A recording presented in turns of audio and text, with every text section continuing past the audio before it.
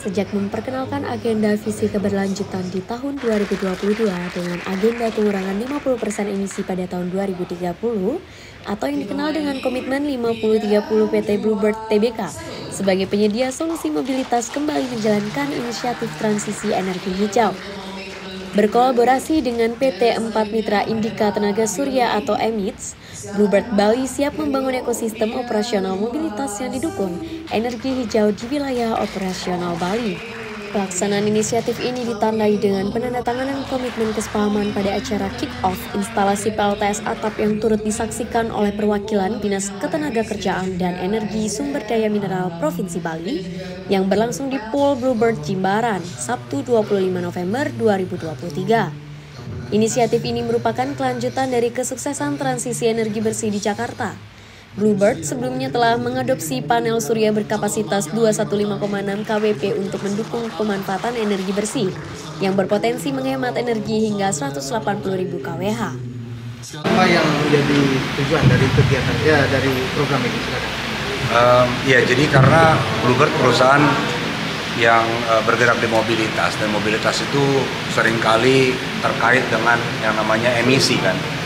Bukan seringkali, pastilah ya, sampai dengan kita menggunakan electric vehicles. Nah dari situ timbullah ide baru bahwa kita juga bisa menghasilkan energi yang baru ataupun terbarukan.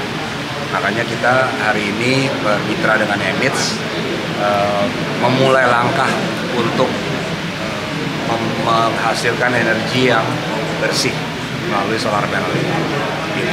Secara internal mungkin dampaknya dapat dari operasional.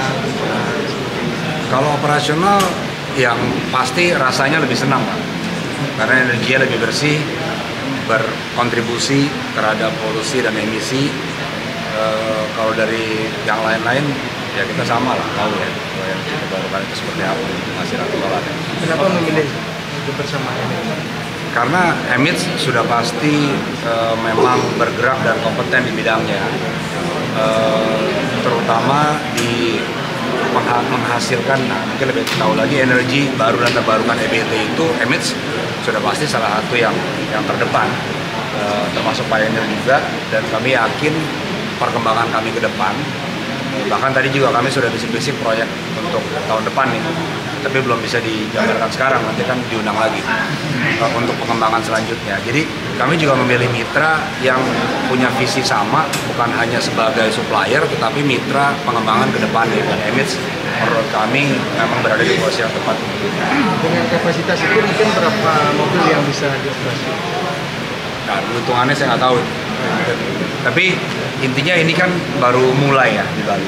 Kita juga punya visi pengembangan ke depannya tadi yang saya sampaikan, dan ini langkah pertama yang akan kita kembangkan lagi hasilan energinya.